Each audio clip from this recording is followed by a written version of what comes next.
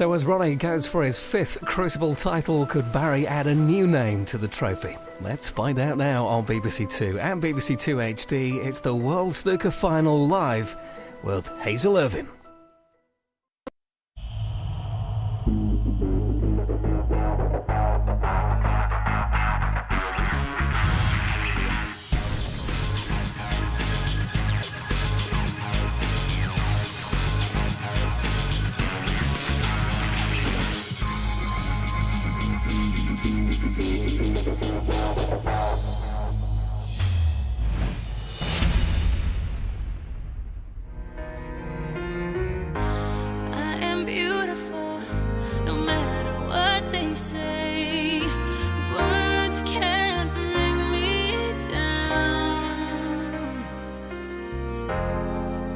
You bring me down today.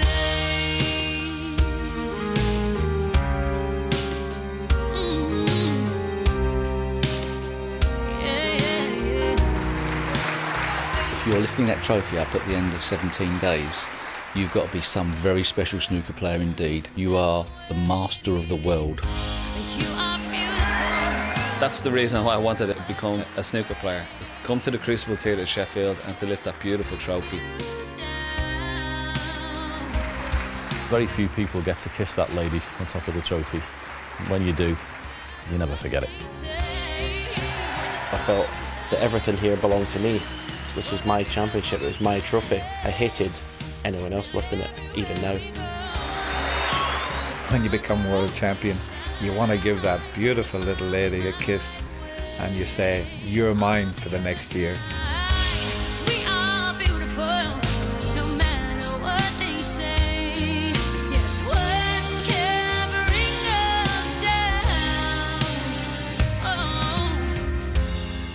Don't you bring me down today.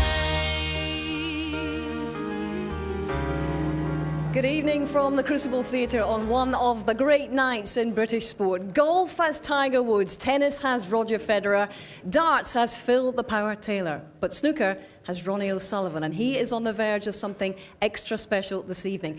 After a year-long sabbatical, the return of the Rocket could culminate in a 5th world title.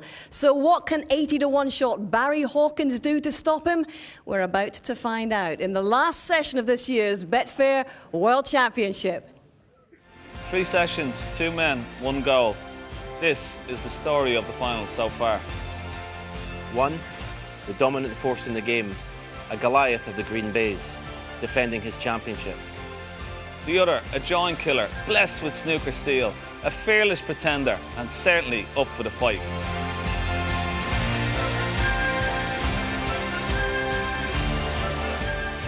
Barry struggled to settle. Ronnie had the cue ball on the string. Suddenly it was 2-0. But then the Hawk turned the procession into a match and took 3 on the spin. The Rocket was full of doubts about the table and trailed for the first time in the tournament. But he exploded into life, producing back-to-back centuries and led 5-3. That was the finest snooker session of the championship. As night drew in, the evening session provided drama to match. Barry showed grit and resolve, digging deep and levelling at 7-all. Ronnie looked rattled. How would he respond? Like a champion, 2 more century breaks. And then O'Sullivan took a dramatic final frame to lead 10-7 overnight. Yes, Hawkins couldn't afford to lose those tight frames if he wanted to inflict some mental scars. Sunday belonged to O'Sullivan, the greatest front runner in the game. The final was still very much alive at the start of Monday afternoon. Having split the opening 2 frames, there was an astonishing clearance from Ronnie, and now he was 4 up. Barry responded forcefully to give his fans hope. But the Rocket hit the afterburners. He powered first to his 5th and then his 6th century break of the final, a new Crucible record. So now it's 15-10. Can Barry win it, or is this Ronnie's final to lose?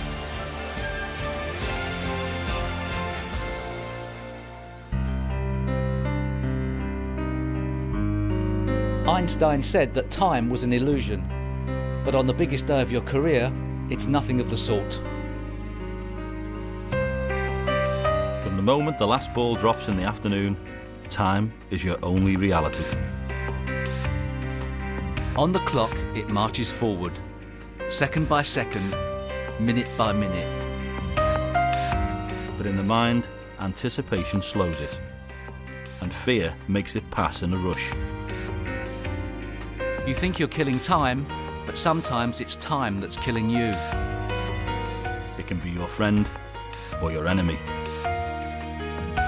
But whatever the speed of your own reality, the crucible clock is still ticking. A quarter century of routine as 0 hour approaches.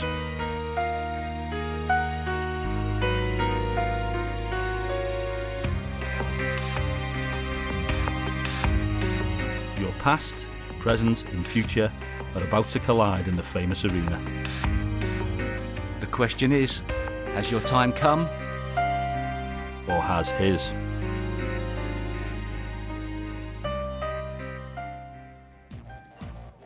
Ladies and gentlemen, please welcome Barry Hawkins!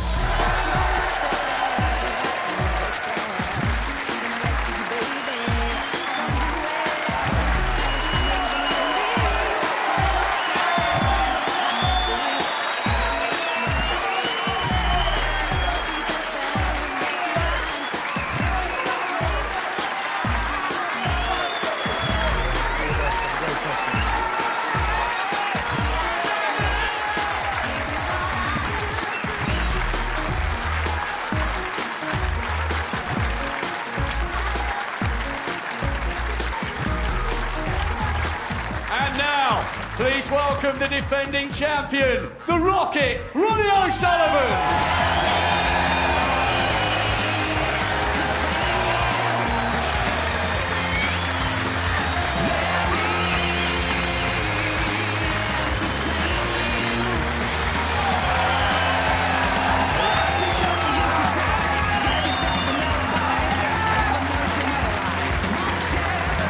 Well, the Crucible is crackling with noise and excitement this evening. Ronnie needing just 3 more frames if he's to claim back-to-back world titles. Barry Hawkins has a possible 10 more frames tonight to try and turn things around. And ready for action in the commentary box, we have the 7 times champion of the world, Stephen Hendry, and Mr. Maximum himself, Willie Thorne. Good evening, gentlemen. You've got a good memory, Hazel. Thank you very much indeed. Good evening, everybody. The climax of this year's Betfair World Snooker Championship. Barry Hawkins breaking off in the 16th frame, and boy, has he put a fight up to Ronnie O'Sullivan. There's been a couple of frames he lost in this match that he perhaps could have won, so it could have been oh so much closer. But O'Sullivan, every time his back's against the wall, Stephen, he's produced. Yeah, he's found another gear, hasn't he? When you look at the 3 sessions, Ronnie's won 2 of them 5-3 and the other one 5-4. So mathematically it's not been easy, but the way he's gone ahead of Barry whenever he's been in trouble has looked easy.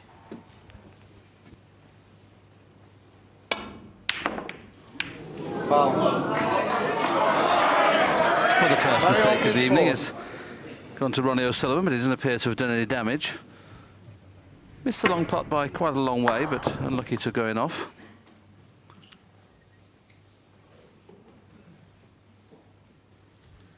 This is just a case, Stephen, isn't it, to just play no miss snooker, really, for Barry to get back into the match. Yeah, I must admit this first frame is huge for Barry if he wants to, at the very least, take this final into the second session tonight. I feel if Ronnie wins the first frame, he might go in and win the next 2. That's an excellent safety. He's loved this, Willie, this final. He's really enjoyed it. I'm so pleased for Barry there. It was his family. We saw a shot of them. Father Steve, Caroline, mother, sister Tanya, and they've absolutely been enthralled the way Barry's. But we've all known that Barry's been a great player for a long, long time. But after the semi-final, he must have been a little bit embarrassed the way he played. But this final is proved to everybody that he's a force to be reckoned with.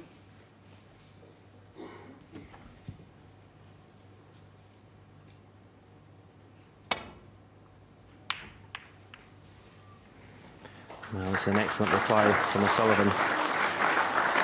Again, back to Barry. Yeah, I hope he just takes all the positives from this World Championship and goes into the new season believing he can be a multiple winner, not just maybe one ranking tournament season, win 2 or 3. Taking this pot on, the one that's just below the pink spot there, there's the pot success rate. Barry over 91%. Normally, that would be enough to be in front in a match, but when you're playing O'Sullivan, things are not quite normal sometimes.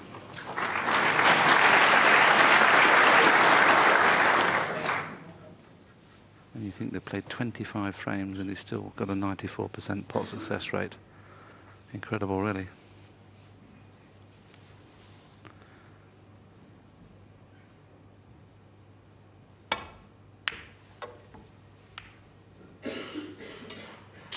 Red going over the corner, needs the blue or yellow to come to his rescue. And there may be a gap, not quite though.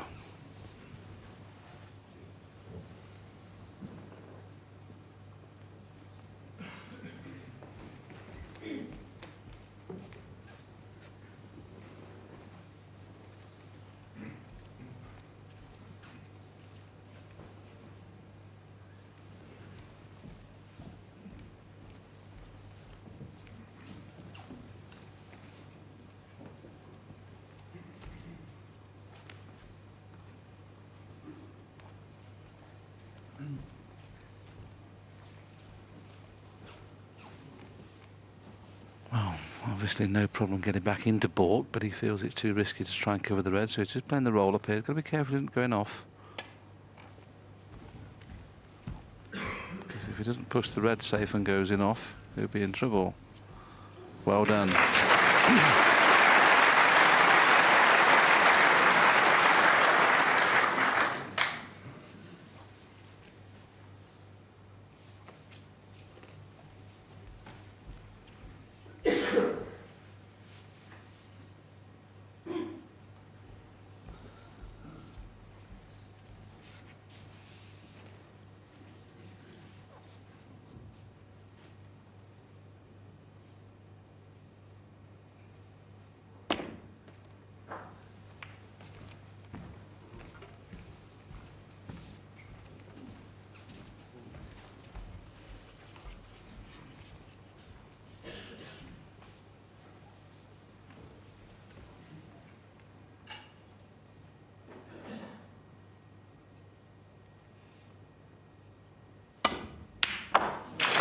Excellent pot.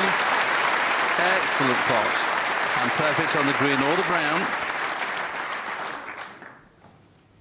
These give you so much confidence, Steve, don't they, when you knock one of these in? Yeah, you would think if he'd missed that, the cue ball would be careering into the reds, and he's certain to leave a Freeman an opportunity on. But you say, it gives you great confidence to pot them. Perfect angle in the green. Can virtually put the cue ball where he wants from that position. And he's not done very well, to be honest. He'd have liked to have been on the two reds to the right-hand side of the pack. The red in the middle, hampered queuing is not straightforward.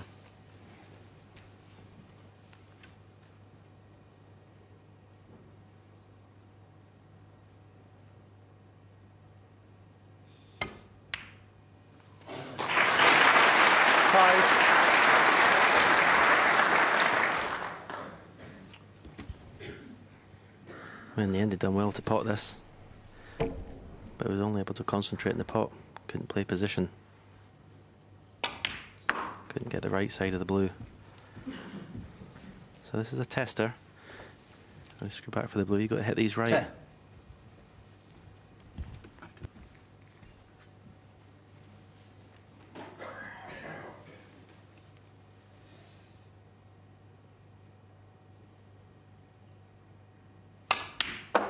Stephen mentioned had to go up for 11. blue or ball colour there. And it all depends about the red above the black. If that pot's in the corner pocket, you've got every chance of in a few seconds time, a few shots time, bringing that black into play. You need to be on the blue though to get onto that red. Well, mind you, it looks like he's played for it now. Needs to slow up a little bit. Needs to put the brakes on. just 14. got the wrong angle on the... He's seeing if he can finish on the black. There you can see the angle is not good. If that cue ball would have stopped 2 or 3 inches before that, he would have been able to get onto the black. He still feels though he might be able to.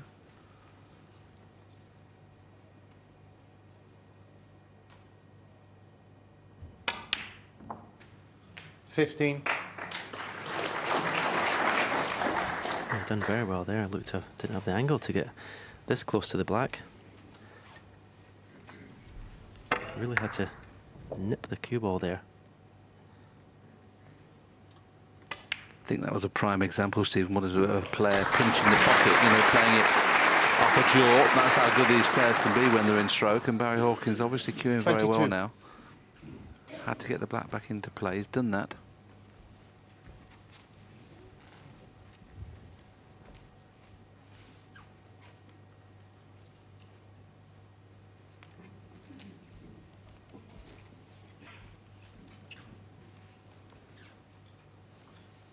Well, he's perfect on the red in the right-hand corner, but obviously the black's not available into the left-hand corner, so he's looking for a chance to go top side of the blue again.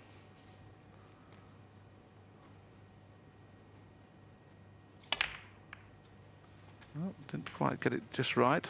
23. So unless he pots a good yellow, that could be under break.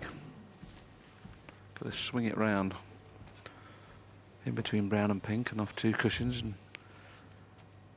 back on a red in the left-hand corner, because that's where you can get onto the black if he gets onto one of those reds. Needs to miss that blue. 25.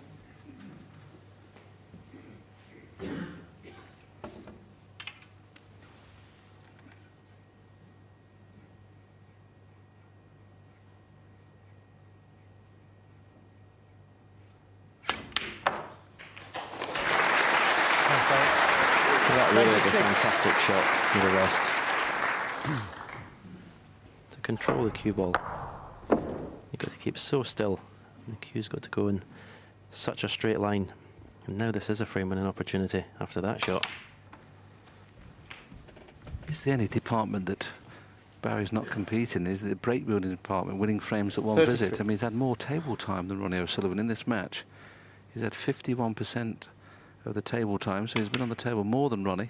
34. Just got to start making every chance a frame winning chance, and this is the one. He'd be very disappointed if he didn't win the frame from here.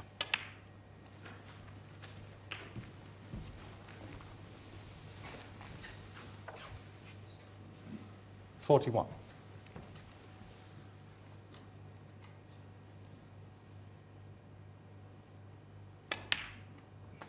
$42.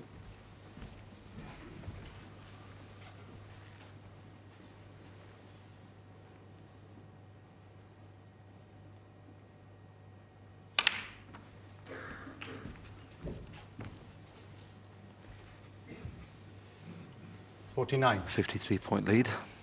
So 2 more reds, 2 blacks at least, and he'd have done what Stephen suggested he needed to do, just to let Ronnie O'Sullivan 50. knows he's not going to lie down, take the match beyond the interval. And there's the magnificent view from this packed Crucible crowd. That's what they're seeing.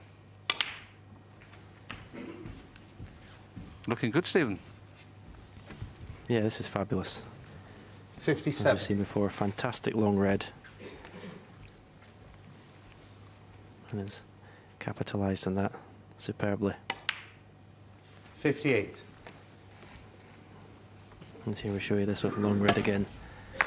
That was a must-make shot. And of course, then as the crowd applaud for the fact that he's got Ronnie O'Sullivan in the snooker's required situation. 65. He played an excellent shot with the rest a little later on in that break where he had to pot it. So great to see Barry 66. playing well.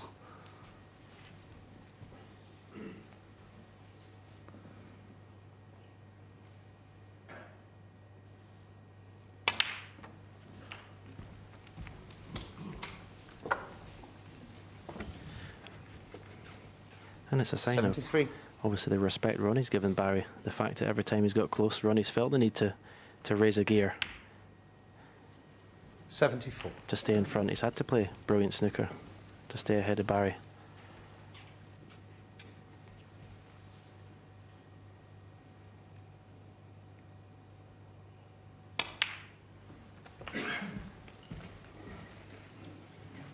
I mentioned a few moments ago that the only thing he needed to improve was his scoring, winning a frame at one visit. He's done that now.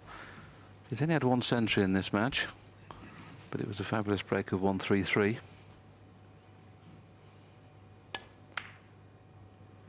Ooh. 82.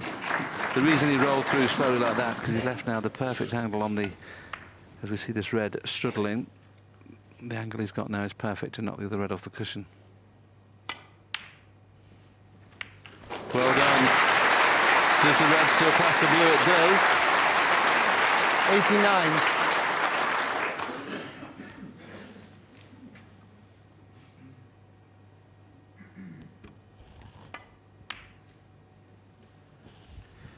And this is when you want to produce your best snooker, Will, isn't it? Live, Monday night, live on the BBC, the final session of the World Championship. No better place to play your best snooker. I never found out, Stephen, but I'll have to agree with you because you obviously did it on 7 occasions.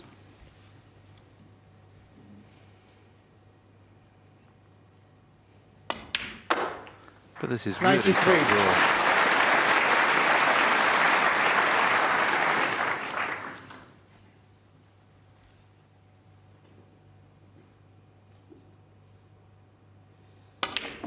Well played, Barry Hawkins. His 5th century of this tournament, warmly appreciated by the packed audience. His family applaud as well.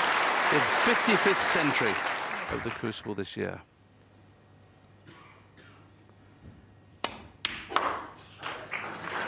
And there's been 8 centuries in this final now, which actually ties the record.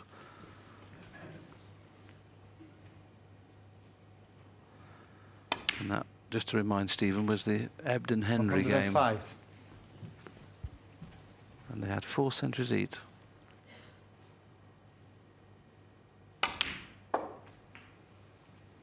$109.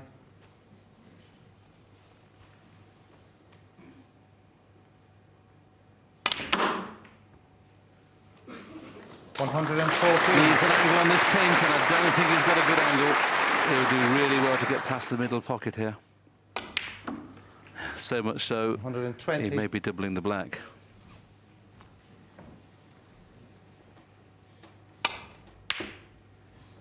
Or trebling the black.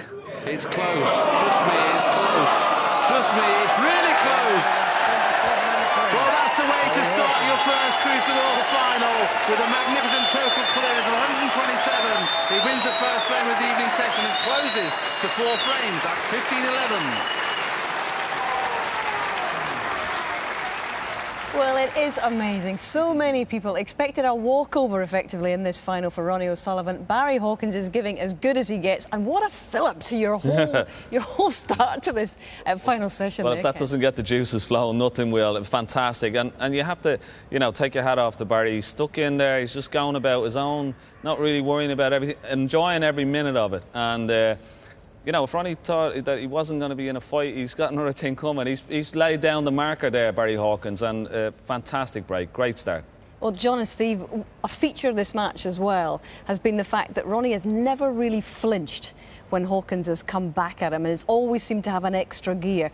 That's what we've seen time and time again in this match, Steve. Yes, you know, he's got a bit of breathing space, but obviously Barry Hawkins, for most of his career, has been underrated. I don't think we're going to be underrating him from here on in. But Ronnie O'Sullivan can always move up the gears, but he's got to do it once again. If Barry Hawkins keeps with him, you never know. John, just describe what it's like as one of the 2 gladiators coming into this arena on the final night. You remember it well, I'm sure. Very, very special, and the hairs on the back of your neck stand up. The analogy I'm going to give here for all the racing fans is what's happened in this. It's a bit like Frankel. Every time a good horse got to Frankel's quarters, he pulled away again and sickened them. And this is what it's been like in this match. Every time Barry Hawkins has got a little bit closer to him, it looks like he got a chance, he's pulled away again. OK. Back we go.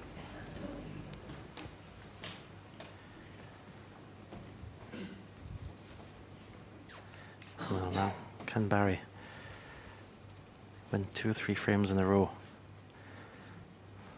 That would really Put the cat amongst the pigeons. You can see how Ronnie would react to that. Easier said than done. 2 cushions to line to the bottom of the pack here.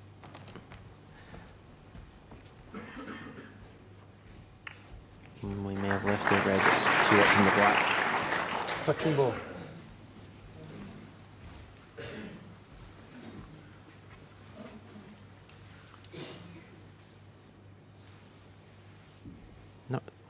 Doesn't know 100% where the cue ball's going to end up. He'll be screwing back here, hoping to finish on the blue or maybe a bolt colour even.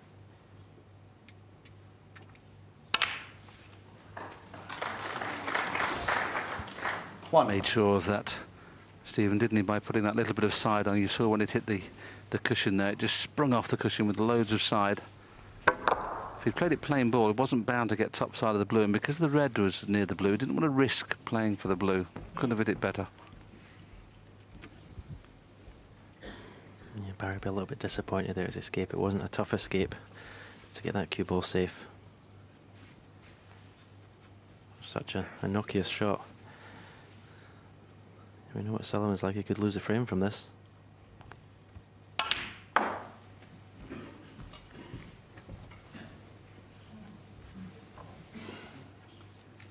Five.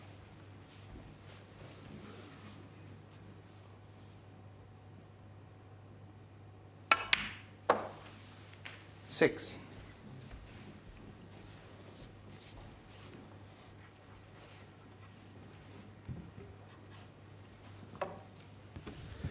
Looks like the pink may have to go in the black spot, which won't be a problem. That should be a good thing for Ronnie. Yes, looks like the red on the pink spot will pot, so 12. he may be reluctant to pot the pink off the next red because he'll have to put the pink out of play. That's why he's leaving that red on the black spots. So he keeps the pink in open play on the black spot. It's got 13.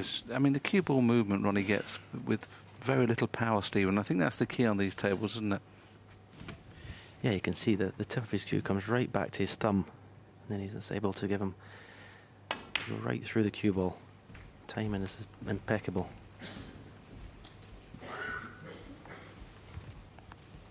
Well,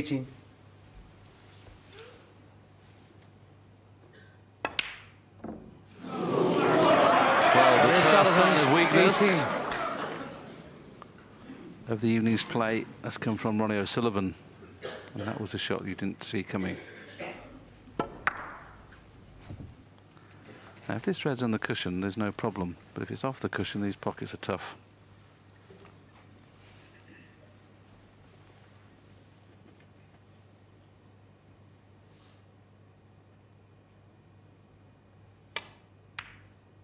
Well done. And an excellent chance to go into the pack. Barry played one of these this afternoon, Stephen. He's screwed into the pack, but this is not a pack you can screw into, is it? No, I think the furthest red to the left, if he stuns into that one, I think that's the shot to play. He doesn't want to screw into it, as you say, because the cue ball can come back towards him. Oh, he's played that perfectly. He'll be unlucky if he's not on one here. Well, I can't tell you, as Stephen suggested, how good did he hit this, and not to have an easier red than this.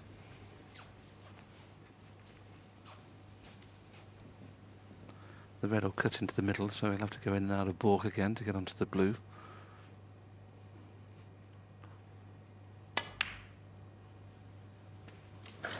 Eight.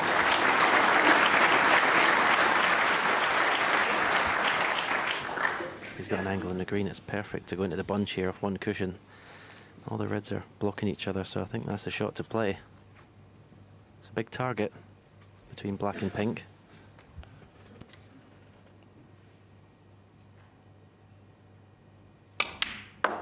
And he's played it, Stephen, because he needs to make something happen at this end.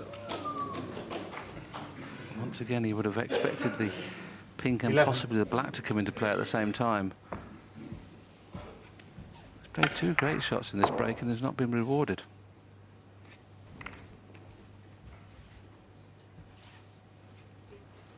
This is tricky. I can't see how he can't kiss into the other red, so I don't see Oh, he's going to get onto a colour here. 12. Yeah, he has got in the colour. He's going to use the red as a stopper to slow down for the pink. Excellent shot. Just screwed off the second red, Stephen. He obviously knew that was on. He can play off one cushion and cannon the red that's closest to the pink here. He would leave himself red to the right corner. He can also, just as he's playing a plain ball, which is just as good. Yeah, that's very good. The only thing that is maybe knocked one of the reds into a safer position. 18.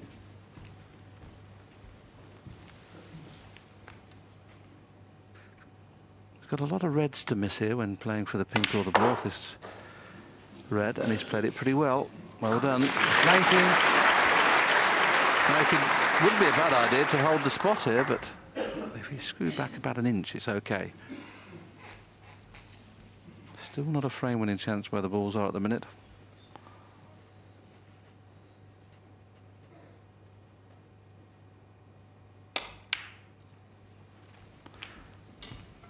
Nothing hurts you more, Stephen, does it, when your opponent misses an easy shot and you go out and clear the table? This 5. We'll get a chance to show you the red that Ronnie missed a few minutes ago, and this was it. How on earth does he miss that? No, he's just flicked a little bit of right-hand side on, slightly decelerated with a cue. Just pulled the cue ball over to the right-hand side. So,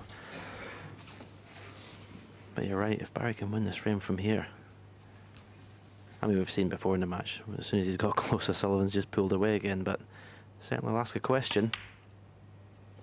And he's looking solid. I must admit, he doesn't look like missing. Yes, he's looking as good as he has in the whole tournament. He played well against Ding Junhui. He played well against Mark Selby. Didn't play particularly well in the semi-final until the last few frames. But this is undoubtedly his best performance for the championship so far on the biggest stage.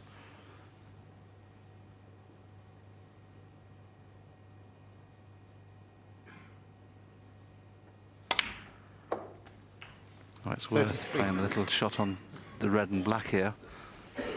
He'd like to kiss the black, then he's bound to be on the red in the middle. But he may play for the loose red. What would you play here, Stephen? I suppose if you're playing the cannon in the black, if you do miss it, at the very least you've got the red closest to the left corner. If you play at the right pace. Problem with playing for the one in the open is if you don't get on it, it might be your only chance to be on a red. Well, in fact, he's played direct for this red and he doesn't want to be straight. Needs a bounce. 38. Yes, fortunately, he's got the red in the opposite corner, which is not straight. But with this being off the cushion, as I just mentioned a few moments ago, these are tough. The pink's available should it go in.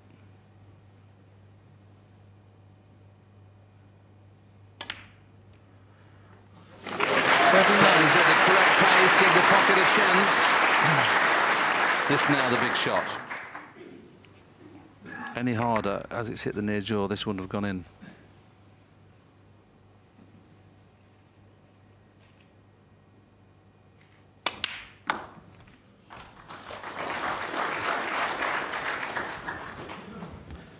Well, if this was a Sullivan playing his breaks in the first two frames, 45. quite rightly would be give him all the praise in the world. So this is phenomenal snooker from Barry Hawkins.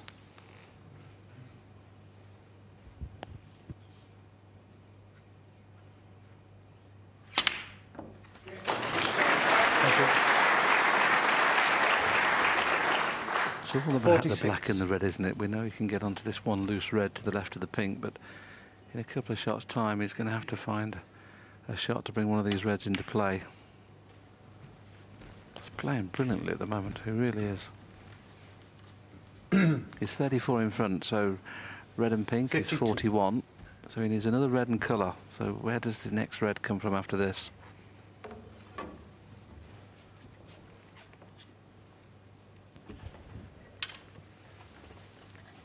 Yeah, it'd be nice to have an angle in the pink to the right corner to follow through for even if you missed the cannon, you'd be on the red and the right cushion. And it's come too far across the table to play that shot, so he'll just be playing for the red. 53. That's closest to the left corner pocket here. This is the problem now. He's got to leave a angle because he needs a colour off this next red. Needs a bounce. He's got a bounce so he can play for the pink in the middle. This is 59. huge. This is the first time he's really punished O'Sullivan from an easy miss.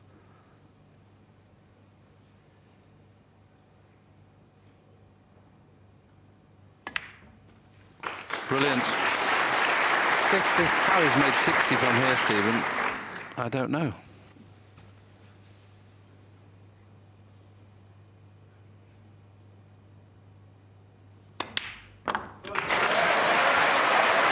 Brilliant, Snooker. That's all you can say. 66.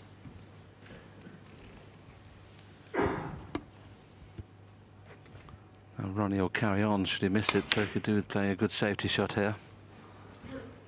Barry Hawkins. It was an excellent 66. break. Sometimes 66 is not enough, but at this stage it looks like it could be.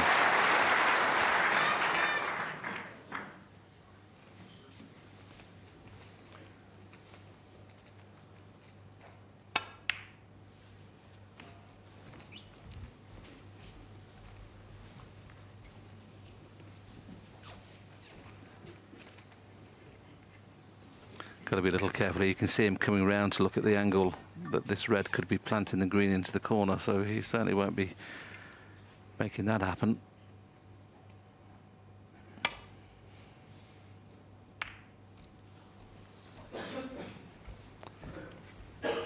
And he'll probably take this red on, trying to get onto the pink or black.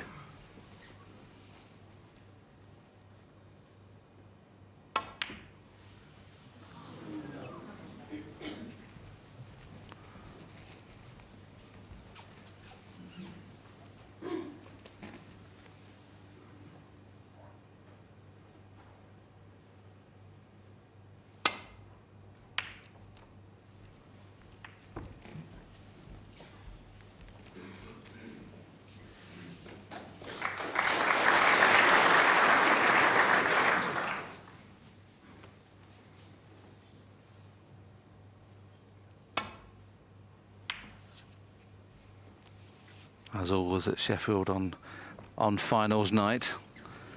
We've got a gentleman as Ronnie O'Sullivan goes in off, which I'm sure that'll be the end of the frame, but as Ronnie, the gentleman that he is going to let Barry have the table time.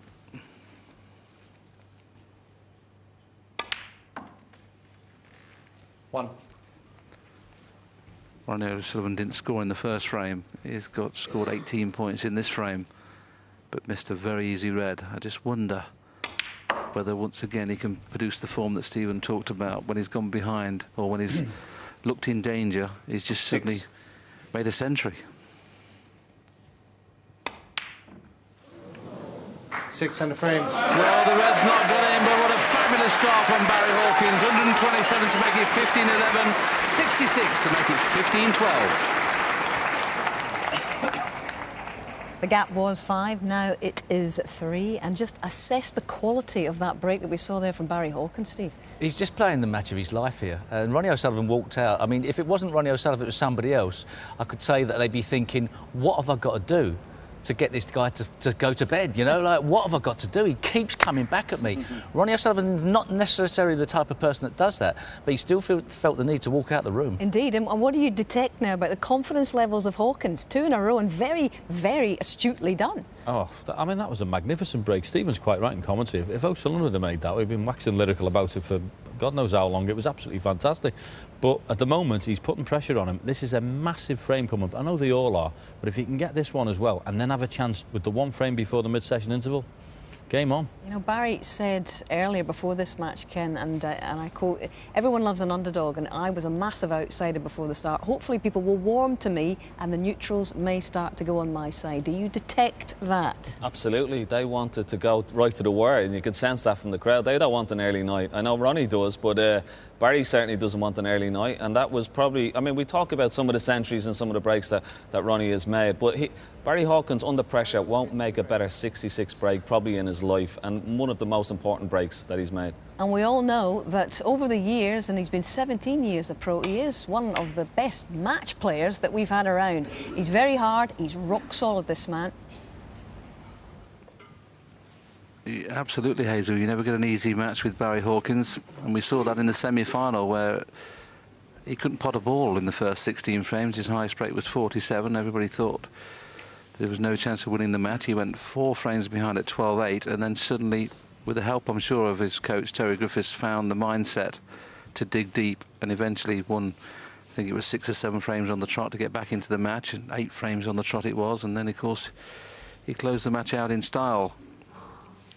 But, Stephen, we've known Barry for a long time, and we know what a great player he is, but to produce it at the Crucible in the final says a lot for his character.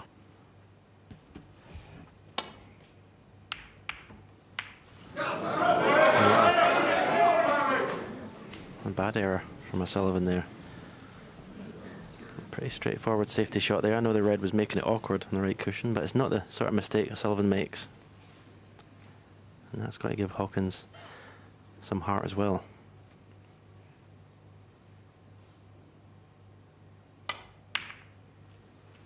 Yeah, it wasn't just the way he came back in his semi against Walden this last 2 sessions. It was the scoring power. He made 2 centuries, he made 60s, 70s, so he really found his scoring range, and he's continued that on in this final.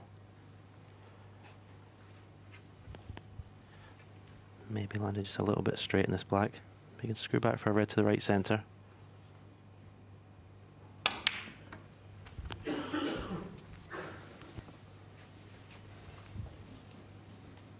Eight. Yes, he's made 8 breaks over 60, including those couple of centuries. And the only thing, he's lost 3 or 4 frames from making a 40 break. So if you can turn all those 40s into 60s and 70s, because at this moment in time he's playing better than O'Sullivan. And there's another example. He looks like he really fancies the job.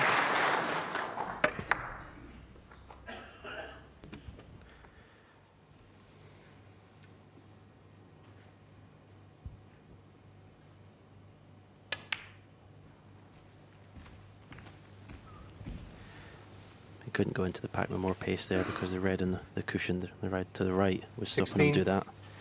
He's played a nice cannon there. Still perfect position. We'd love to have an angle this time to go into the reds.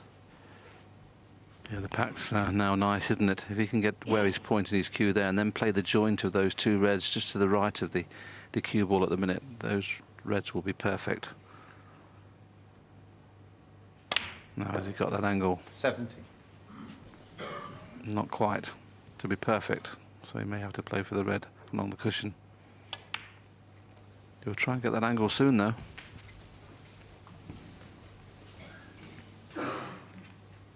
$24.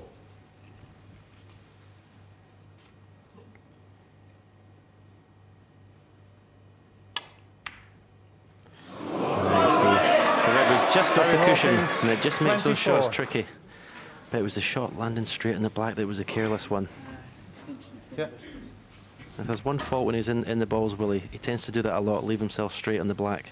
I mean, even though he's managed to get position, he's done it about 4 or 5 times tonight already, but it didn't cost him. As you rightly say, that wasn't the bad shot, it was the one before. He looked at the angle he needed on the black and didn't get it.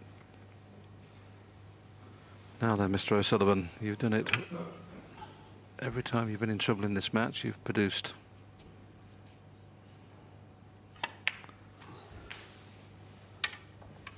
Thank you. Thanks, Ronnie. 1.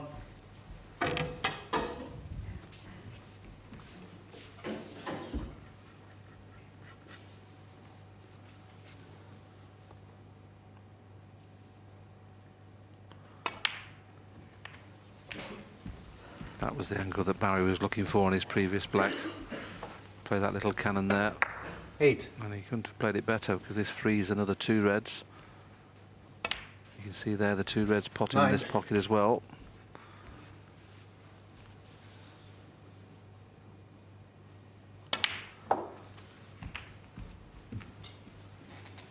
perfect on either red, but 16. no problem in playing the red in the middle.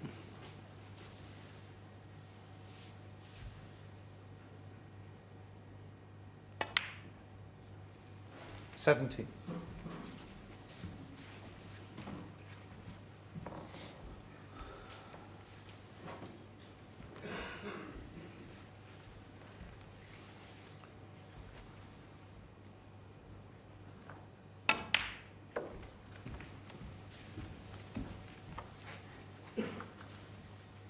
$22.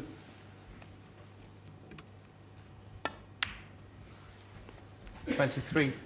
Now has an angle to cannon the red that's just to the right of the line of 4. You can play for the red that's open to the right hand side, but I think Ronnie will play the cannon. In fact, he's just put the cue ball out. He has got a red to the left corner. Didn't look on, Stephen, from our commentary vision, did he? I agree with you there, but at least he can bring the other 2 or 3 reds into play here with his shot, the fact that he's finished low. 31.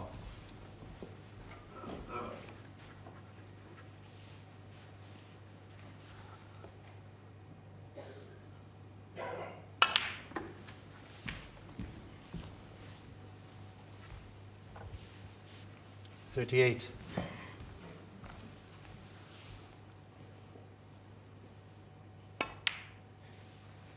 $39. I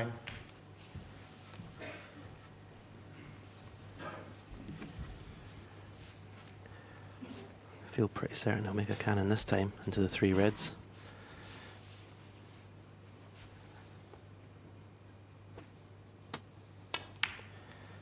Well, I'm surprised he didn't. There, he had a perfect angle.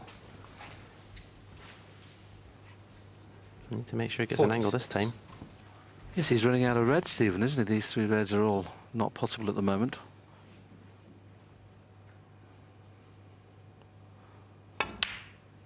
So he's played purposely on the pink rather than the black there, because he can flick the red away and leave 2 reds in the corner. Well done. Barry Hawkins missed a trick, didn't he, when he was 53. In the balls, and we thought he was possibly going to win 3 on the trot, but as we've talked about all match, Ronnie with his back against the wall suddenly finds something. Yeah, we talked about that Barry had to play almost perfect snooker tonight if he was going to win this match, and that meant every positional shot. 61. No easy misses. I'm afraid he's done that in this frame, and it's cost him. 62. Well, there's Ronnie O'Sullivan Jr. Remember him last year when Ronnie won the trophy? He's looking on intently, knowing that his father is just about to possibly stretch the lead to 4 again. So 45 in front, just the red. 69. To stop the little mini rot.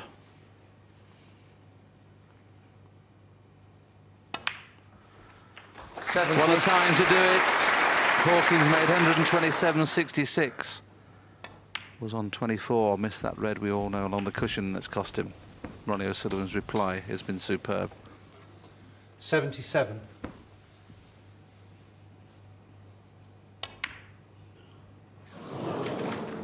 Ronnie O'Sullivan. Hawkins 77. looks at the scoreboard.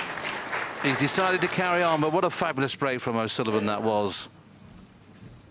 53 in it, 43 on, so 3 4-point penalty snookers needed.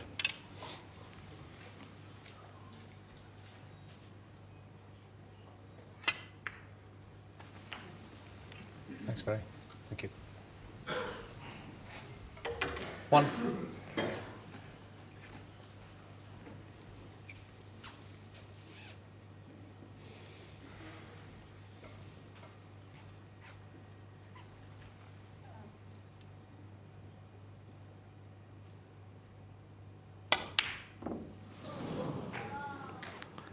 Barry Hawkins decided that's enough. Ronnie O'Sullivan's happy with that. Ronnie O'Sullivan made a break of 77, and he reduces it. Well, he increases the lead to 16-12.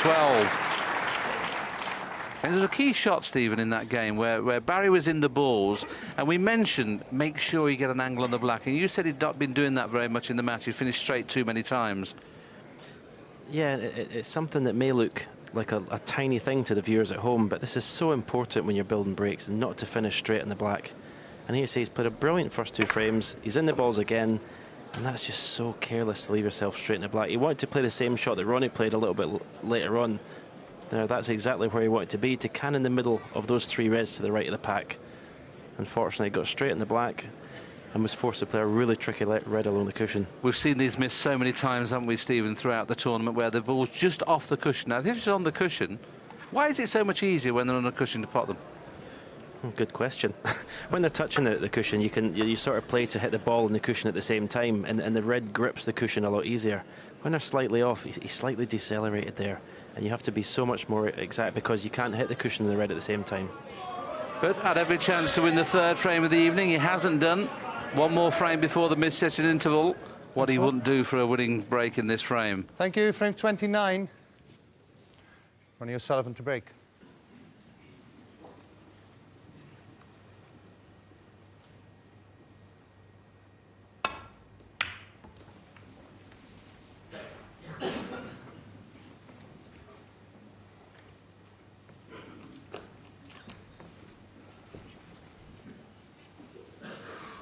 You'd always fancy getting the double kiss here, but Barry's played this really well, this shot. He's going to play now with check side back into balk. You'd think he'd be a certainty to get a double kiss, but he's missed a double kiss so far.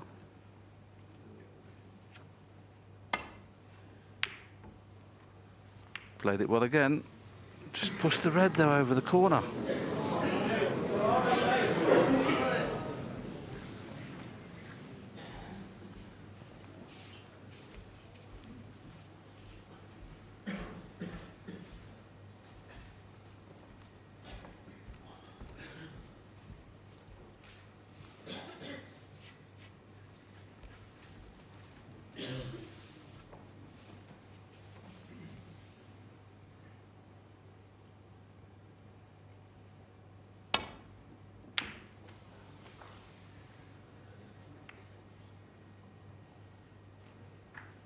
One.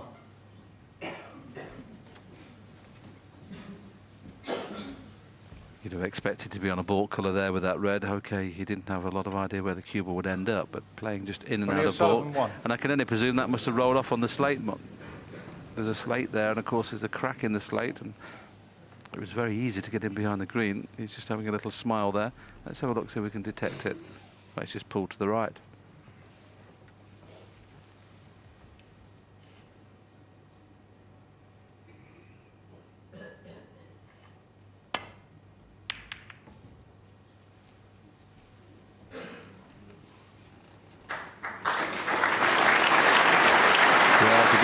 Cue ball, but he's left the red to the left corner here.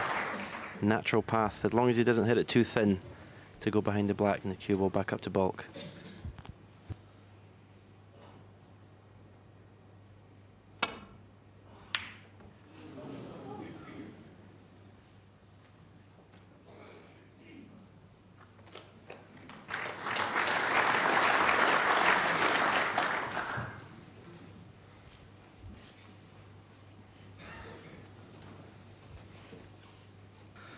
He'd have been coming out this evening, Barry, thinking if I can win 3 of the 4, just to put Ronnie under a little bit of pressure. He's got a chance to do that now if he can take this frame. Where's the red? Just managed to miss it. Good shot. Yeah, we've said on a few occasions, haven't we? It's when your opponent needs 2 frames to win, you've got a little bit of leeway. If Ronnie gets to 17, obviously things will start to look pretty grim.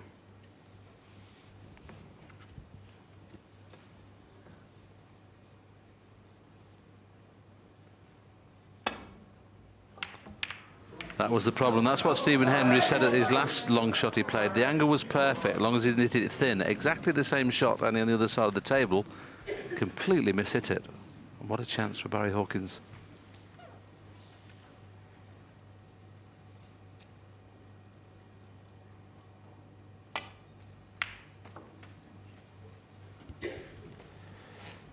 of time if he could possibly win the frame at this visit, because Ronnie was really irritated at that last miss, or that last miss hit, because it was a complete miss hit.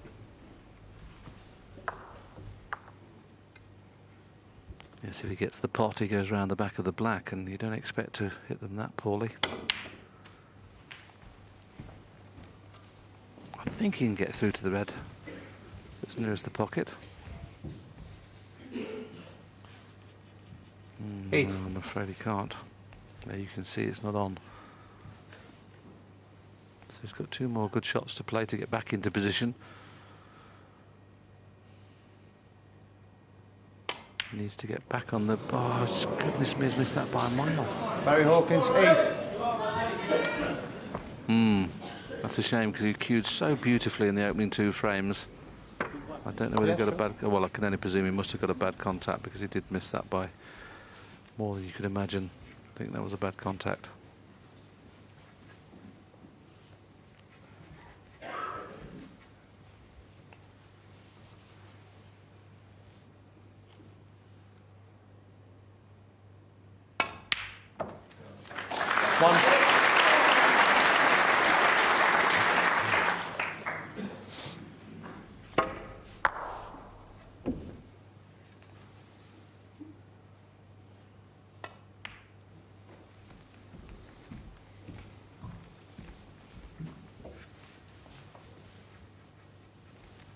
Six.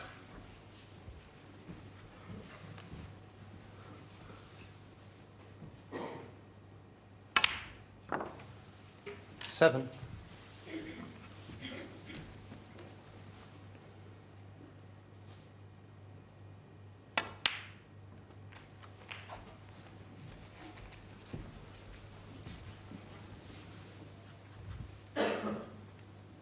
14. He'll free the black pocket off the next shot, and then off the next red he'll be leaving an angle on the black to go into the pack. It's not great, because the red directly above the black is not in position. Maybe how to get low on that red to bring other reds into play. We'll just see what angle he leaves himself on this next black. 22.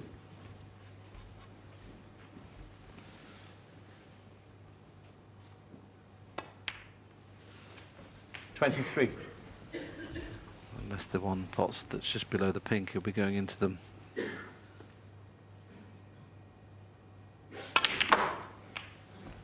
And there's another example of how to stun into the pack. Okay, he would like Barry a couple of shots, a couple of frames ago. A little 30. unlucky not to be on anything easier. Couldn't have played that shot better. Split them beautifully.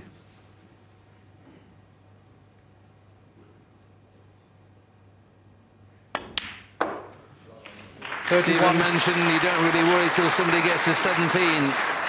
It looks like Ronnie O'Sullivan could get to 17 at this visit.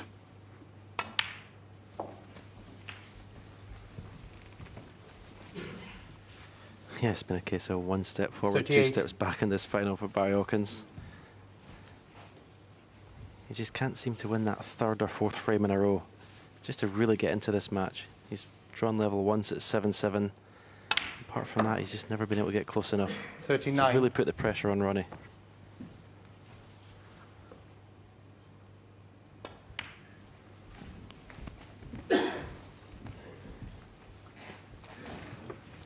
In the whole tournament, O'Sullivan only been behind once, and that was when Barry Hawkins won 3 frames on the trot to go from 2-0 to 3-2 in front, and that's the only time Ronnie's 45. been behind.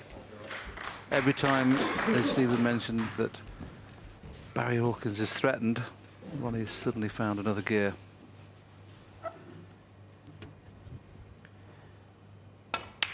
Yep, it's a sign of greatness. It separates the good players 52 from the great.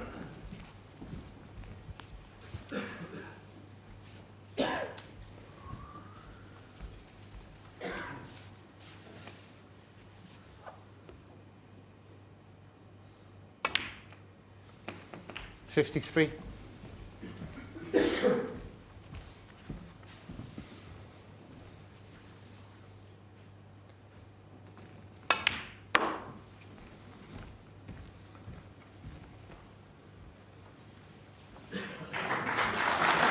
58.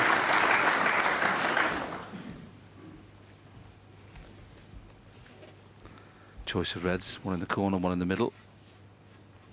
Needs red colour, red to be sure of winning this frame and going to the interval at 2-all, and that didn't look like that was going to happen after the first two and a bit frames. Barry Hawkins hadn't missed a ball until the red on the cushion, which has cost him dearly.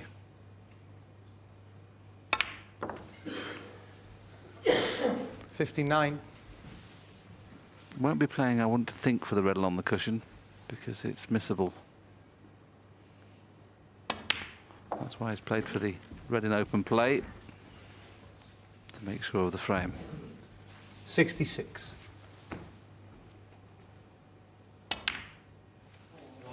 $67. Well, it's produced again. There's his family and friends. They'll be absolutely delighted the way when his back's against the wall, he's produced every single time. 74. 75.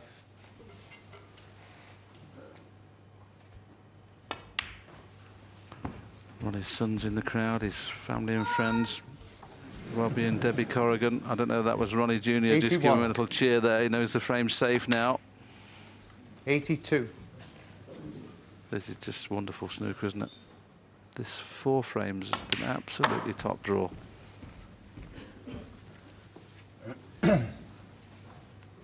$88.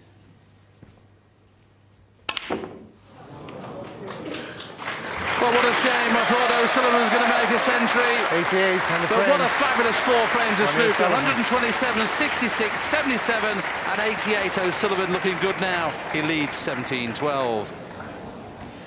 And he's scoring so quickly out there. You've got to take your hat off to him for that, Ken, but also the resilience that he himself has had to show, not just Barry Hawkins in this match. Yeah, and every time, you know, Barry Hawkins has tried to push him and get close to him, it's just like he goes through the gears. I mean, he plays a lot of shots in that break that look very simple. Well, John and I are just eulogising over it. I mean, they're so difficult, some of the shots. It's just, you know, you're totally mesmerised by him. And when you're playing against him, you know, it's so difficult because there's so much pressure on every shot, your safety, you know, you're potting. If you miss when you're in the balls, you just know he's just going to pounce. And even though Barry Hawkins is doing everything he possibly can to put him under pressure, any single chance that Ronnie is getting, he's just maximising every single opportunity. It's fantastic to watch. You know, when he hits it, there's a different sound. Yeah. There's a different sound on the ball. You know, when you've done next to someone on a golf who can really hit it and you hear it get compressed, when he hits it, it's just different. Everything goes in the middle of the bag. There's just a different sound to his cueing and everything. And when he goes left-handed and screws back reverse side, well, I'm just... I mean, honestly, I'd knock people's ears off. And this fella's screwing back in this and blah, blah. I mean, it'd be an argument he'd be in the top 16 left-handed. I mean, this boy's just ridiculously talented. Maybe that's the next task. Maybe he'll try and come back next year and perhaps try and win it left-handed. I think he could tie both arms together, to be honest with you. Well, only 2 men have been able to win back-to-back championships at the Crucible. Steve Davis is one of them. Stephen Hendry is the other. It was pretty difficult enough when you had a season's play under your belt. Assessed for us the magnitude of what he's taken on here and what it would mean were he to win it. He's 1 away now. I think people doubted whether he could come back after a season out, as if he'd lost too much ground against some great players who were queuing up to win this event beforehand, all staking a claim as the season unfolded. And Ronnie just sat back and obviously wasn't really particularly interested at the time in playing. He was umming and ahhing whether to play in it. And we didn't really know what to expect when he did turn up for this event, whether he was going to be too rusty enough to get over the line, especially the first round. You know, for mere mortals at the game, it may have been too much. But Ronnie O'Sullivan is just the most amazing player we've ever seen in the game. And I think, you know, it just shows you how great he is, because it looks very much like he's going to convert this and win again. And just in awe, I think we all are. I think we are in awe this evening, gentlemen, what he's produced. It's extraordinary stuff, isn't it? I mean, it's like, you know, Tiger Woods from 99 to 2001. You can't play any better than that. That's impossible. This boy plays like this all the time. When he's on it, he is better than anyone who's ever held a cue. He is on it tonight, that's for sure. Well, Ronnie's progress has been the main story, the thread that's dominated the entire championship. But there have been other issues to discuss, and particularly with a chock-a-block snooker tour now that's in Australia, in Asia, and all over Europe. Well, there's an issue that has been dominating here, and it's what has happened to some of the other leading lights in the game. Is burnout to blame? Sometimes shocks happen It's part of the game. I should know. I lost to Stuart Bingham here in 2000 as defending champion.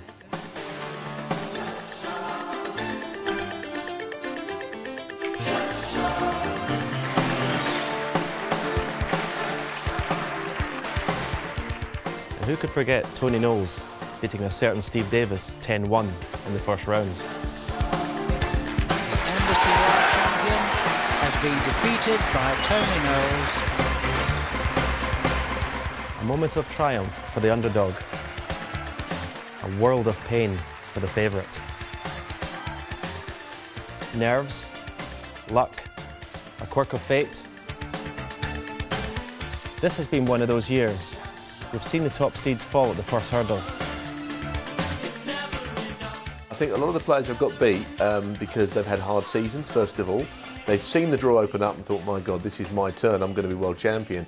It's not worked out for them. And also, there's some really good players that are just below the top 16, the top 32. Maybe aren't 30 players that can win this tournament, but there are 30 or 40 players who can create a shock. A new reason was given for their early exit. Burnout. Slow down, slow down. You'll only get burnout. I don't know whether it's been a long season travelling here, there, and I just had nothing left coming into the World Championships. It's hard to put my finger on what it is. I mean, I was confident coming here, probably had the best season I've had this year, and it's just disappointing to end it how it was.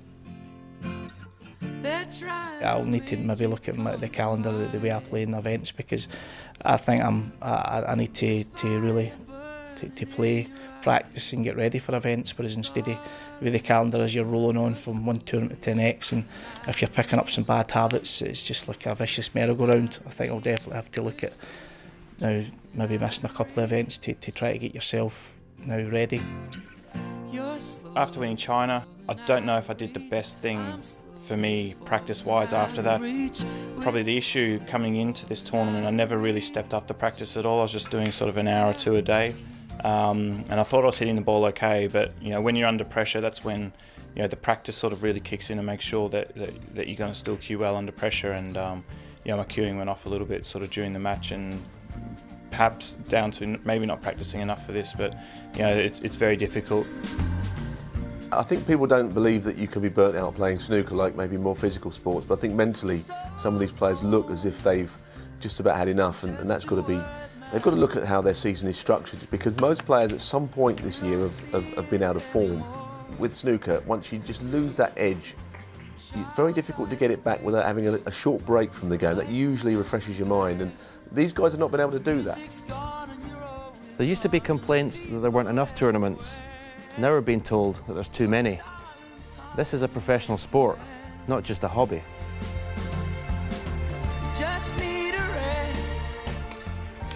This talk of burnout amongst the snooker players is the biggest load of rubbish I've ever heard in my life about anything. If they don't like it, they should go and get a proper job and see how the man in the street has to live, getting up at 7 o'clock, going to work, being out all hours, working to pay the bills. If they don't like it, leave. I love the game, so all the other players sort of saying fatigue, this and burnout, I think it's a load of rubbish. I think there's obviously a lot of excuses for a lot of people, but I think a lot of people are unfit, and for a professional sport I think a lot of people should be going to the gym more and keeping more in their appearance. It doesn't go down too well with me at all. Burnt out really actually gets me quite annoyed, because I say, look, be a professional. Are you fit enough? Is your diet right? Is your lifestyle right? You're playing snooker. I know it's tough flying around the world and staying in 5-star hotels and earning loads of money. Please don't come to me with excuses, because you know what? When these players win, no winner has ever said to me, I'm burnt out. If I was you boys, keep quiet, be professional, put the work in, and you know what? You have the ultimate exit. You don't have to play. The sport is evolving, the season has expanded, and tournaments are coming thick and fast. But like all change, it takes time to adjust. And if players want to stay at the top of their game, they'll need to get used to it. So, is it an excuse for poor performance? I don't know. What is the problem? And if there is a problem, what's the solution, Ken? Well, I think, you know, there's a couple of lads there mentioned. I think it's very important to be fit, a good diet.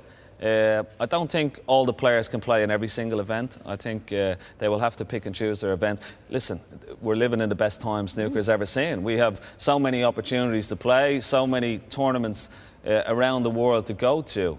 But I think, yeah, definitely, I think players, particularly at the top, and the guys who are getting to the business end of tournaments, they will pick and choose. For the rest of them, they will be scrapping for the crumbs maybe. But it's a great situation to be in. Hey, I wish I was burnt out, let me tell you. Exactly. And I'm sure a lot of the other guys wish they were burnt out as well. But what the guys did say, and I think it's a very valid point, they are professional sportsmen. They should be delighted that there are so many tournaments, and also it's more important, they have to act professionally, they have to get fit and watch their diet. It's very important. As you say, it's a nice problem to have, and we've seen this in tennis, we've seen it in golf, where sportsmen and women have to structure their season in order to be able to peak for something. It's a really difficult art to be able to master, Steve. Yes, and I think for the World Championship, you have to psych yourself up more so and be prepared more so for the onslaught that is a 2-week event than the other events. And from that perspective, I think it does require a little bit more preparation. And if there are tournaments backed right up to it, then that is a bit of a problem. What does happen is, you know, those interviews we've seen from the players, they've gone straight after losing. They've gone straight into the room. They're trying to work out why it didn't work for them on the day. They're trying to come up with an idea. They're looking for some reason why it didn't work this time. So obviously they will look at the things and analyse every part. If you ask them in a couple of months' time, was that the reason? They may still say yes, because they may still feel like they do need more time for the big events. But who knows, the winners don't say that. It's quite fascinating how it pans out.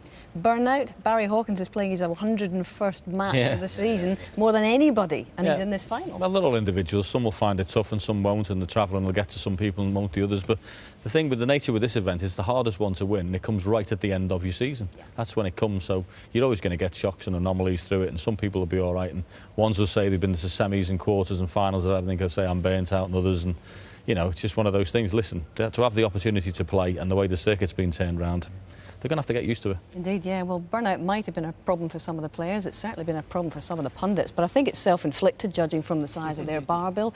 At any rate, the last 17 days have passed once again in a slightly surreal blur, and because we can hardly remember what happened this morning, we've got a comedian, Andy Zeltsman, to review the championship for us this time.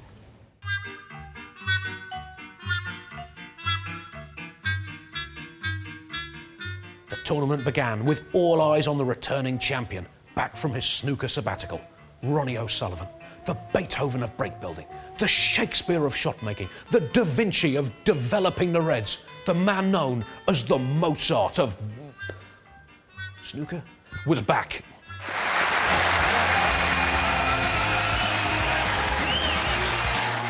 Early on, he wasn't quite at his mind-bending best.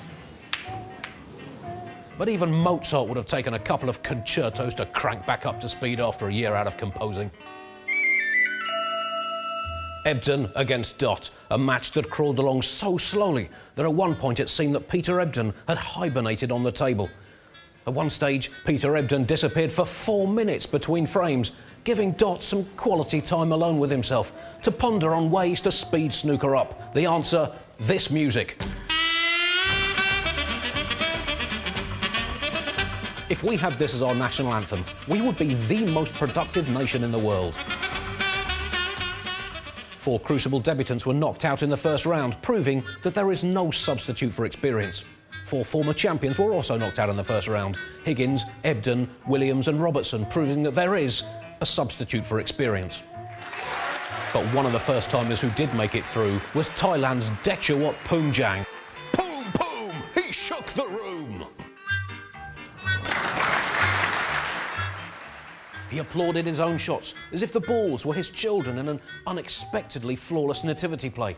He waved the balls into the pocket like a trainee shepherd with a disappointing new sheepdog. He knocked out Stephen Maguire 10-9 in a first-round thriller. Maguire suggested that Dechawat was not the full shilling, that he was a John Virgo short of the full commentary box. He even tried to leave the arena by the wrong exit. Where's the screwball going?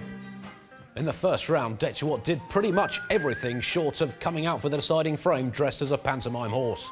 Sadly, in the second round, he might as well have done that, because not only did fellow debutant Michael White make mincemeat out of him, but also, at one point, he was reduced to grazing on the beautifully mown Crucible turf. Detchewat Punjang 32. Further into the second round, and there were more shocks, and some electrifying snooker.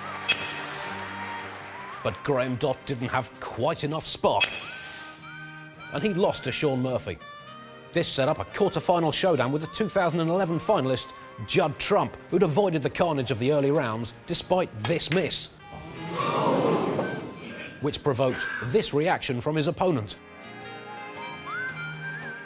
To be fair to Dominic Dale, he wasn't actually concentrating on the snooker at the time. He'd just heard that Hazel Irvine had displaced Angela Merkel as Forbes magazine's most powerful woman in the world. Anything's possible. Trump was instrumental in arguably the biggest showdown of the second round. Referee Adrian Williams against the miss rule. Oh, miss. That way. Poor Adrian. It was like trying to piece back a watermelon after a food fight. I've heard. Elsewhere in round two, world number one Mark Selby was knocked out and complained about burnout. I don't know whether it's been a long season travelling here, there, and I just had nothing left coming into the World Championships. Snooker Supremo Barry Hearn then complained about Selby complaining about burnout. I know it's tough flying around the world and staying in five-star hotels and earning loads of money. Please don't come to me with excuses. Yeah, they used to have best of 145 frame finals, so careful what you wish for. And besides, as Barry himself would no doubt say, burnout? Before I came along, there wasn't even a fire. Now dress up like a marshmallow and toast yourself. What was that other second round match? Quiet, please, I'm dinking. Ding King! It was Ding against King in the kind of rhyming snooker matchup that Bill Werbenet could only have dreamed of.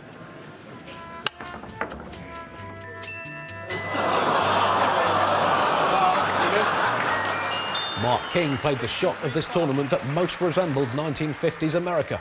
It went all over the place, unsuccessfully trying to locate the Reds.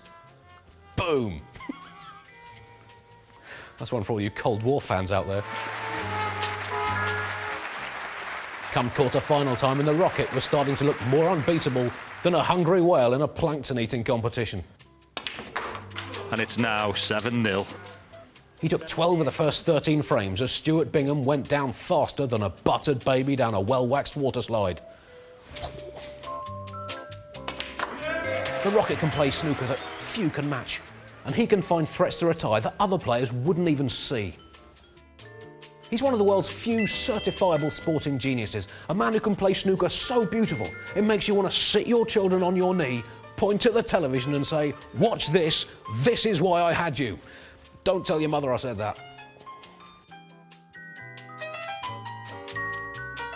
Trump and Murphy played out the match of the championships, a seesawing classic that culminated in another fraught final frame frenzy.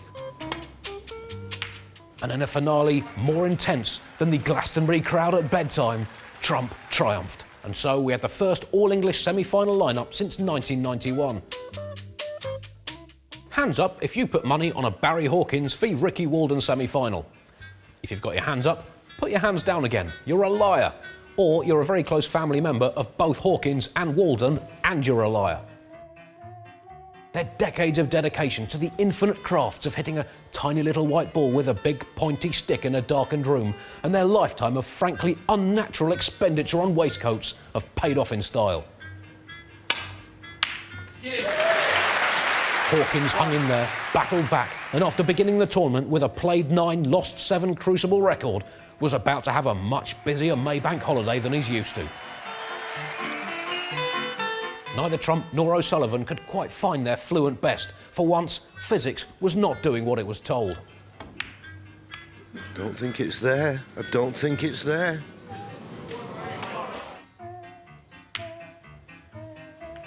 He's left this green on. He's left it on.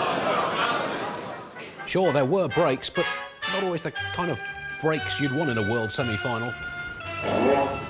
Well, the last time I heard a noise like that, I think it was playing against Big Bill Werbenet.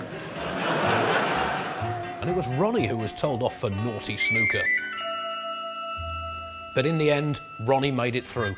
He'd mixed a trademark cocktail of technical brilliance with the iron will of a champion. Still the magician of his youth, but with 20 years of added experience.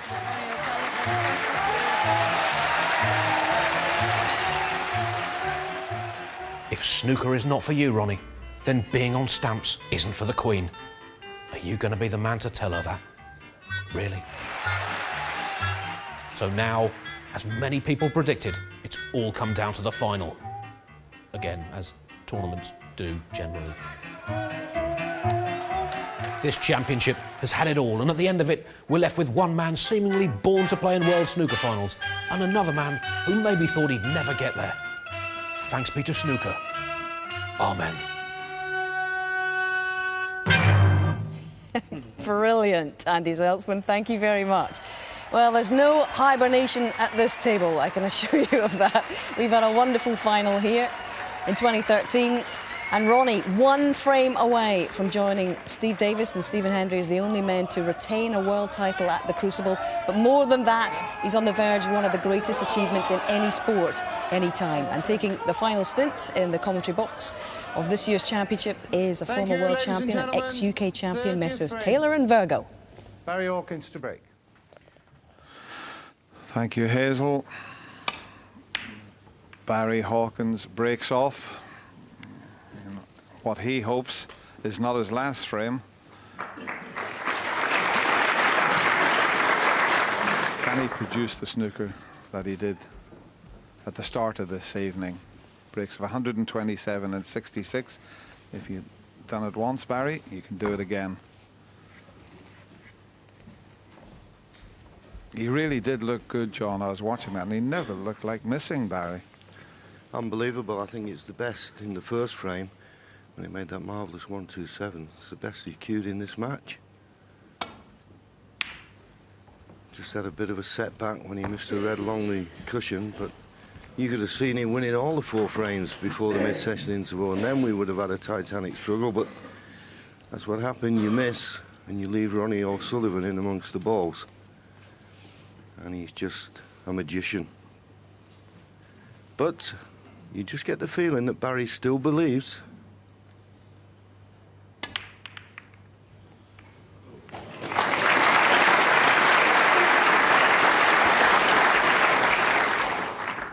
Already going to be a little bit of an awkward frame with the red up the other side of the table. So behind the black is now the safety area.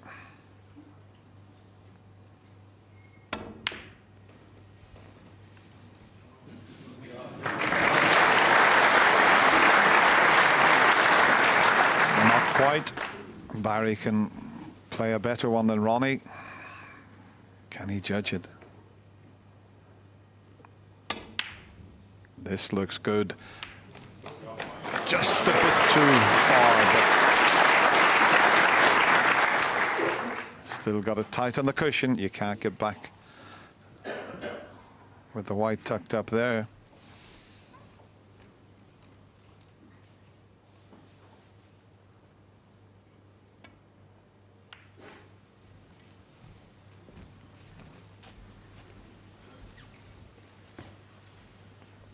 At the moment, Barry in control of this little safety exchange, but with the red so tightly packed, it's hard to force your opponent into a mistake. But the target will be try and get that cue ball in tight behind the black again.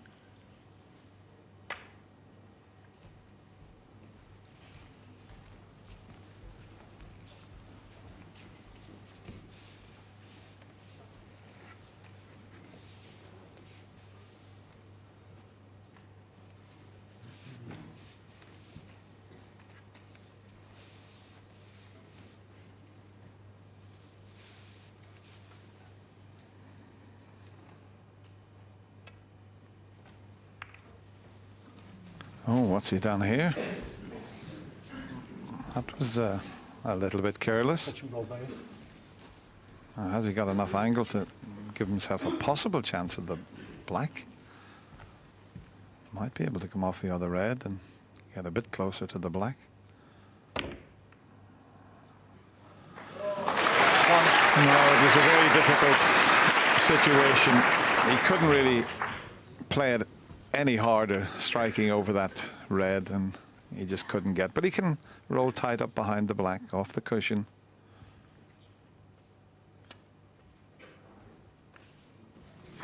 Oh, that's a little careless. There's a shot for the middle now for Barry Ronnie. Hawkins, 1.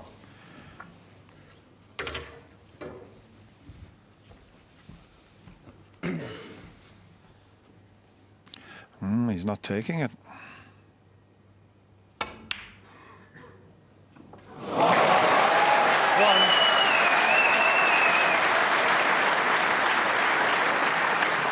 Good pot, but he was concentrating on the safety there. But that was interesting to see. He's not taking any chances, Ronnie. Looked like he could roll the other red to the middle, but he wants to wait for a better chance.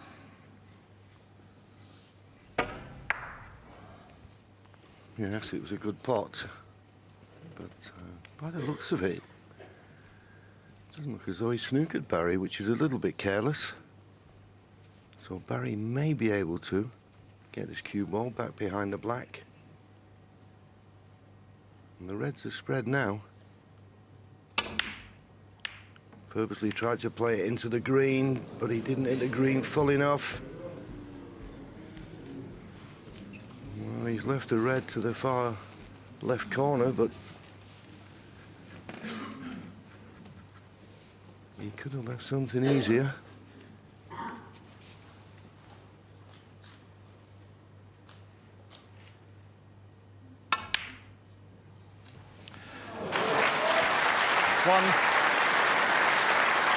A round of applause from Ronnie Jr. He's just overscrewed that slightly, but it's a little cutback. And it's there. How's the cannon? It's not bad. He's got the one to the middle pocket. If he can't see this one to the left corner, well, if he can see the one to the left corner, Barry knows that this is a great chance for Ronnie. 9. I know there's a long way to go, but great champions usually finish in style. 16.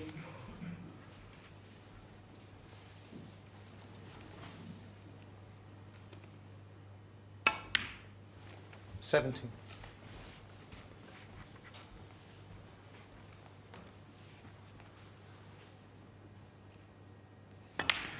You know, John, when you speak at dinners and that, and I usually do a little thing, who's the 3 greatest players that's ever played the game of snooker? 22. And 2 of them are sitting in the studio. And since 1990, 23. I said Stephen Hendry overtook the great Steve Davis as the greatest player that ever played.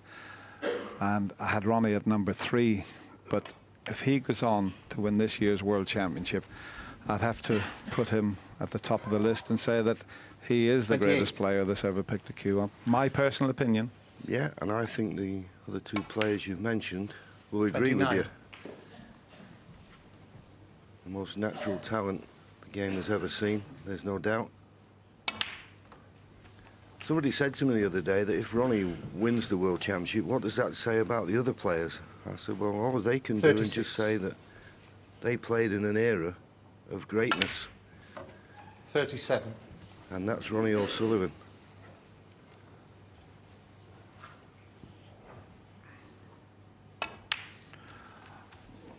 Well, he's the defending champion. He's won it on 4 occasions. It's looking good for a 5th 44. at the moment, but he has a few more to pot yet. But it has to be said, 45. Barry Hawkins in this final has been superb. He really has put up a fantastic display. And if he had been up against any other player, he could quite easily have been in front, John. He's played absolutely marvellous, and I think really this will have done Barry the world of good. I know he'd be disappointed if he was to lose, but boy, has he proved to everybody who loves snooker that he is going to be a major contender in many, many World Championships. 50. He's a great match player, and he's proved that he's got a great temperament. Right. Ronnie just having a quick look at the scoreboard. 50 points the lead, 75 remaining. So just needs 3 of these remaining reds to be sure.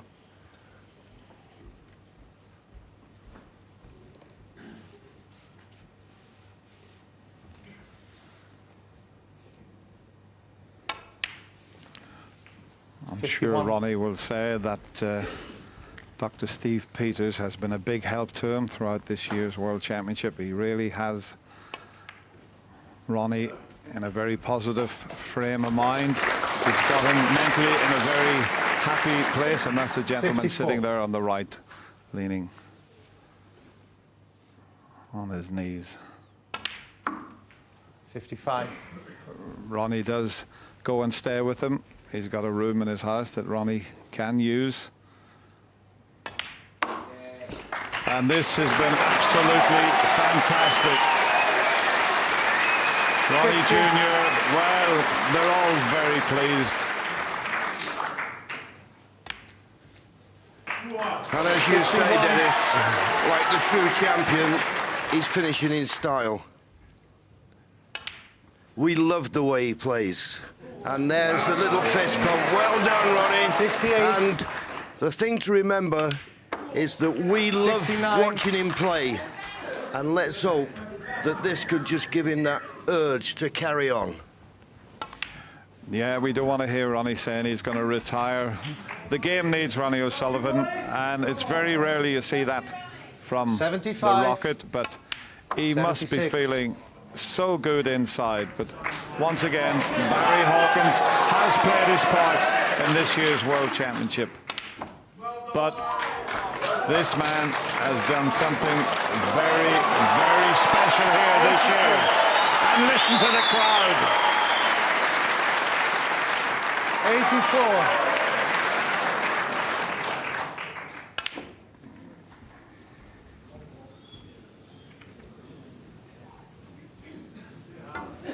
If he could get a century, it would be a record. It's not going to be a century, but what a fantastic defence of his World Championship. A lot of people didn't think Ronnie O'Sullivan could do it. And Barry Hawkins coming along and congratulates him. What a smashing final we've had. Fair play to both players, but you're looking at a genius there. Ronnie O'Sullivan is the 2013 World Snooker Champion.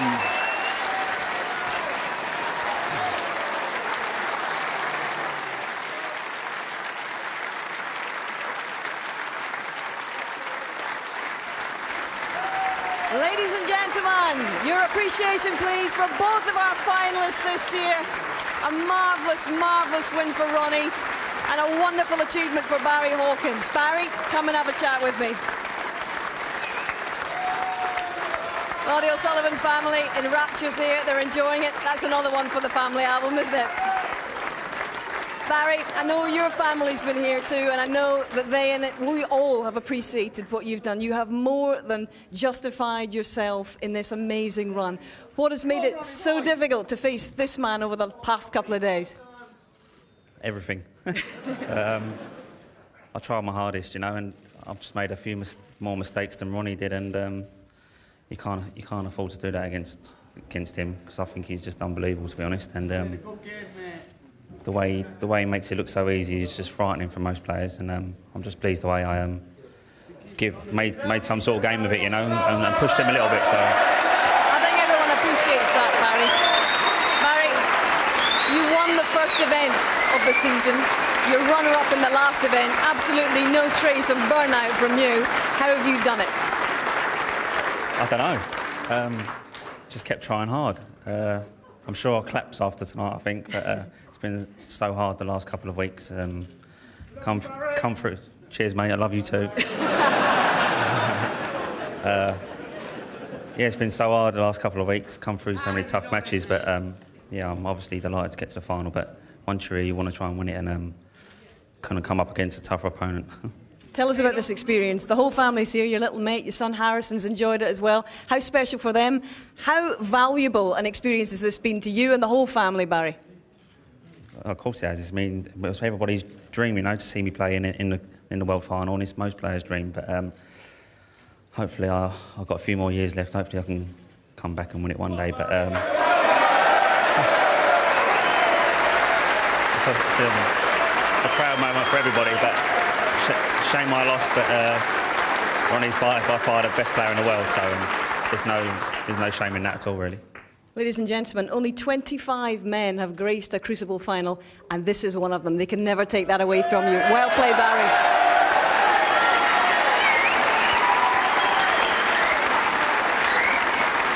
Well, this is like deja vu, Ronnie. I tell you what, you've done some special things in your time, but this surely has got to top the lot. How have you done it, Ronnie? I just want to congratulate Barry on a brilliant tournament, brilliant season, and that's the hardest anyone's pushed me, and I felt I was playing okay, so I just couldn't get rid of him. You know, he was just on me, and he was making it look so easy, and I just thought, oh no. I just hung in there, and you know, it was a brilliant final, and you know, it's just good to be part of it. You've made it look ridiculously easy at times along the way. Yes, that's the hard bit, as you say. But what's it been like behind the scenes, and to whom do you owe a debt of gratitude, rather? Obviously, you know, just to Steve Peters has kind of been with me all the way. You know, I don't think I would have won back-to-back world titles if wouldn't have worked with him, because obviously 17 days is a long time, and everyone knows with me I'm up and down like a whore's drawers. I think we'll forgive the industrial language. But you want to rephrase that, or we'll just plough on, shall we? it's a bit late, it's live, Hazel. It sure is, buddy. Tell me this. When you first committed to defending this title 8 weeks ago, honestly, what did you expect? I didn't know what to expect to be, really. I didn't come here with any... my main motive wasn't to come here and win. It was just I was so kind of bored, sitting on the sidelines, nothing going on, and I just thought, you know, I could do with something to just keep me busy for the next 6 weeks preparing for the World. That's my honest thing. And then obviously coming here, I like Sheffield, I love the tournament, I love being at the Crucible. And so, you know, it's filled a good nice gap of 8 weeks, and I've got to keep busy now, haven't I? Otherwise I'll, you know, I could implode. But no, listen, it's been great, you know, just to get something back in my life. Well, I don't know whether we should say, is it a date, same place, same time next year, or will we see you a couple of times in between? You know, listen, I've had a great time. I've enjoyed every moment, you know, and I love playing. So I'm definitely going to be playing in some smaller events, because to me that's just pure snooker here. There's a lot going on, you know, and it's hard, you know. But I just love playing, so I'll definitely be playing in some smaller events, and we'll just see what goes on, you know. But you know we'll see. But Sarah Beanie's job in property development is safe for now. You're not going to be going into that. It's still snooker that lights your fire, yeah? Well, I don't want it to be honest. I want to kind of balance it with doing other stuff. I've realised that the year out I didn't really miss snooker. I just miss having something to do. So if I can balance it with other things, then that's the way forward for me. Because you know, you feel trapped sometimes when it's just snooker, and you know, I'm not good at dealing with all the emotions that comes with it. So sometimes I need something on the side just to chill me out a bit. This is quite a wonderful achievement. It's not just a great achievement in snooker, it's a great achievement in any sport, any place, any time. You're champion once again for a 5th time, the Rocket, Ronnie O'Sullivan.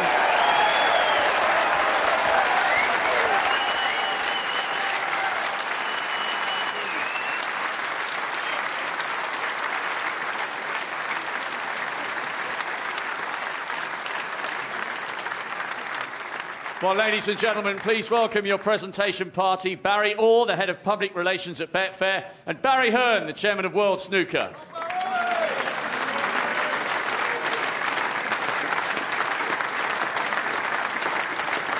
Ladies and gentlemen, your runner-up, receiving a cheque for £125,000 and the silver medal.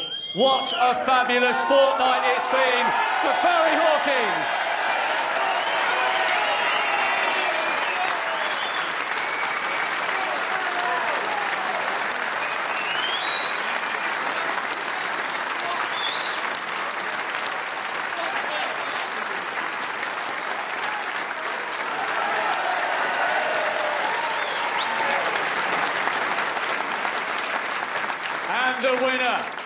receiving a cheque for £250,000, the trophy and the title. 2013 Betfair World Snooker Champion, the Rocket, Ronnie O'Sullivan.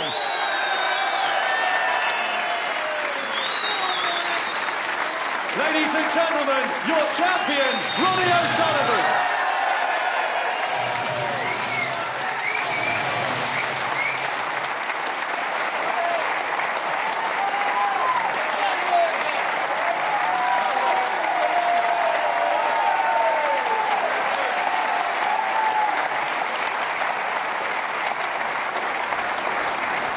Well, Steve and John, still with me. These are now familiar scenes. Ronnie's done it again, back-to-back world titles. And how much further ahead than the rest was he over the last 17 days, Steve?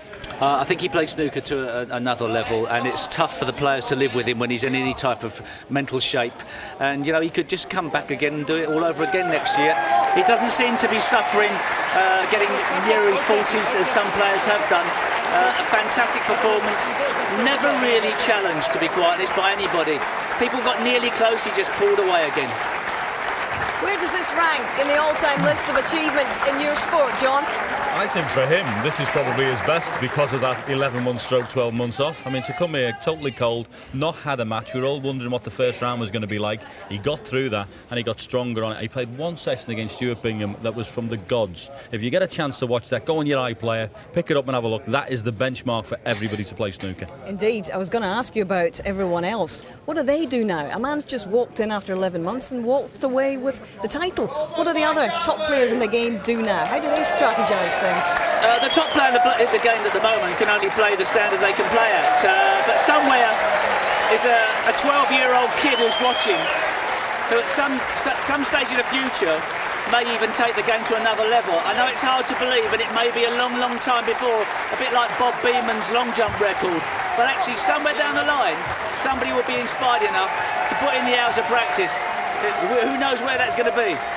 John, what do you feel the others have to do now? Can they catch this man when he's in this kind of form anytime? Well, if he's in this kind of form, there's a big question mark. But listen, we've got a lot of talented players out there. Your Selbys, your Robertsons, all these people. When they're at the best, they can give this fella a game. Don't make no mistake about that. The trouble is, when he's at his best, he's another level to every one of them. We have indeed. See, John, it's been an absolutely amazing championship. There's been so many twists and turns along the way, but there's one story that's dominated, and it's the story that we have here tonight. In your mind, Steve, you said it would take a superhuman effort to beat him, and he's proved that he's certainly human, all right. He's told us that he cracked up on a couple of occasions almost along the way, but he's been so focused, so determined this time. Yeah, I think he's shown great temperament, stronger temperament than we've ever seen before, and a side to his game that people doubted he ever had. But he's shown the ability, when pushed under pressure, to completely hold himself together, like no other player has, to be quite honest. OK, gentlemen, it's been fascinating. It's been great. I think it's time we took the long rest, the three of us. Thank you very much for your company the last 17 days, and indeed thank you very much for yours. Well, it started out as Mission Impossible, but the Rocket, for him, it's mission accomplished, and was all here in Sheffield. Good night.